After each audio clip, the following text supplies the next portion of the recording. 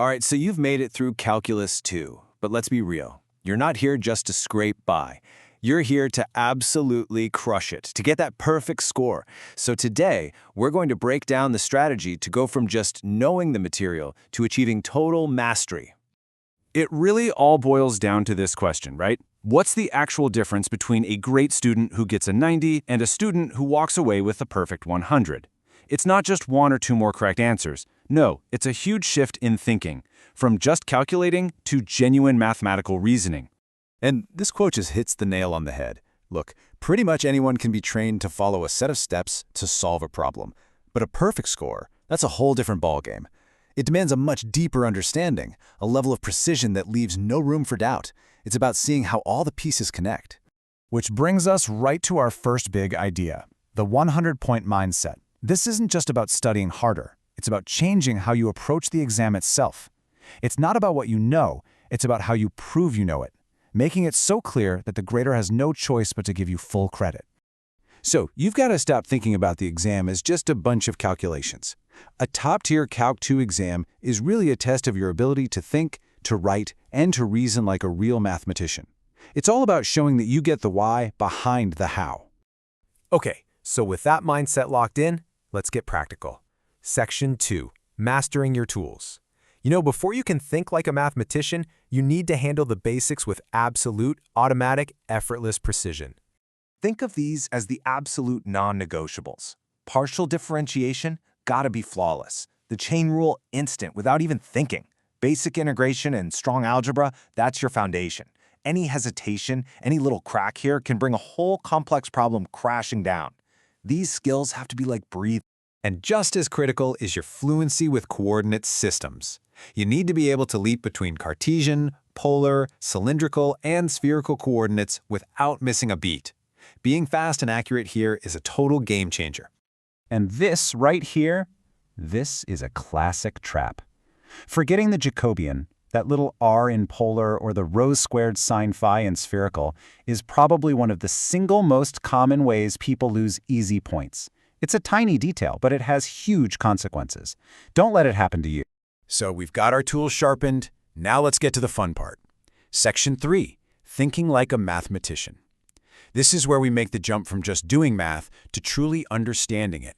Now this is so key. You have to see the difference between just knowing a rule and really getting a concept. Any student can compute a partial derivative, but a top student, they understand what it really means for a function to be differentiable, that it's locally smooth, and they can actually prove it.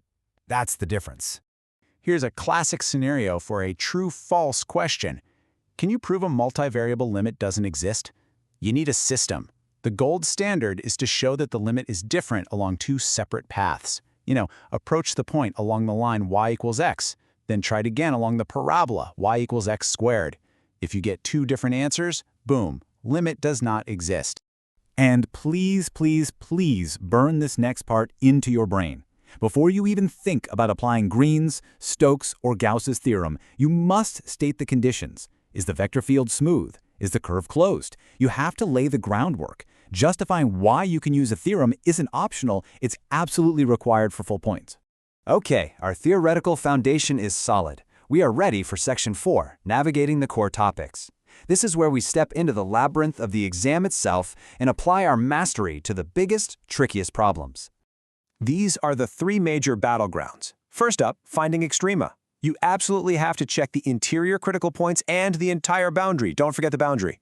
Second, multiple integrals. Knowing how and when to change the order of integration can turn an impossible mess into something simple. And finally, vector analysis. This is the heart of the course, where it all comes together. So let's zoom in on a true giant of vector calculus, Stokes' theorem. At its core, it's this incredible, beautiful bridge. It connects the big picture circulation of a field around a closed loop to the sum of all the tiny, microscopic rotations, the curl, happening on the surface inside that loop. It's just an amazing idea. Now, theory is one thing, but execution is everything. So we're going to walk through an example problem. And our goal isn't just to get the right answer, it's to show you what a perfect, rigorous, undeniable solution actually looks like. This is the blueprint. This is the master's path. And notice step 1, it's not calculate curl, it's justify. You start by proving you're even allowed to use the theorem.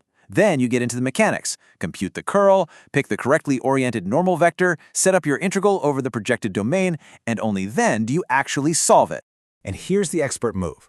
Before you dive into some hairy polar coordinate conversion, just pause. Look for symmetry. In a lot of these problems, you might find you're integrating an odd function, like 2y, over a symmetric domain, like a disk. Well, guess what? That integral is 0. A top student spots this, states why, and moves on, saving a ton of time and avoiding potential errors. And while we're on the topic, be on high alert for these two traps. First, when you're setting up that double integral, if there's a z in your curl, it must be replaced by the equation of the surface. Second, use the right-hand rule and double-check your normal vector's orientation. Get it wrong, and your answer will be off by a negative sign, every time. And finally, Section 5. Let's talk about the art of the solution. Because it's not just what you know, it's how you communicate it. Your exam paper is your final argument, and it needs to be absolutely convincing. This slide shows it perfectly. A weak answer just names the theorem.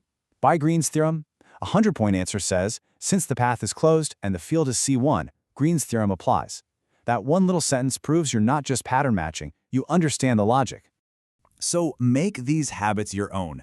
Always, always, always sketch your domain. It prevents so many stupid mistakes with integration limits. Use precise language. And last but not least, do a quick sanity check. Does your answer even make sense? You know, if you calculate a volume and get a negative number, that's a giant red flag telling you to go back and check your work. So I'll leave you with this thought. A perfect score isn't about mindlessly grinding through hundreds of problems. It's a commitment to deep understanding, to precision, and to strategic thinking. So the real question isn't just if you're ready to solve problems, but if you're ready to demonstrate true mastery. Now go earn that 100.